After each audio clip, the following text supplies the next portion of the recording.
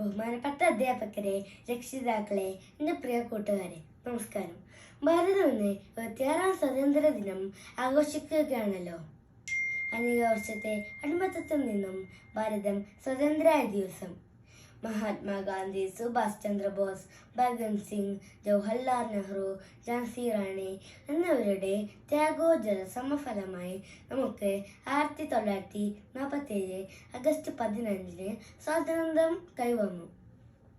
സൂര്യാസ്തമിക്കാത്ത സാമ്രാജ്യത്തിന്റെ അടിമത്തങ്ങളെ പൊട്ടിച്ചെറിഞ്ഞ് ഭാരതം സ്വതന്ത്രയായത് ജനാധിപത്യത്തിലേക്കാണ്.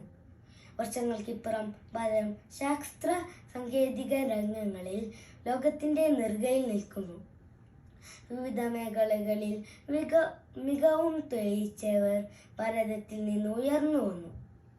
നമ്മുടെ പൂർവികർ നമുക്ക് നേടുന്ന സ്വാതന്ത്ര്യം നാം കാത്തു സൂക്ഷിക്കുമെന്നും ഒരൊറ്റ ഇന്ത്യ ഒരൊറ്റ ജനത എന്ന ആശയത്തിലൂന്നി നാം മുന്നോട്ട് പോകുമെന്നും നമുക്ക് പ്രതിജ്ഞ ചെയ്യാം.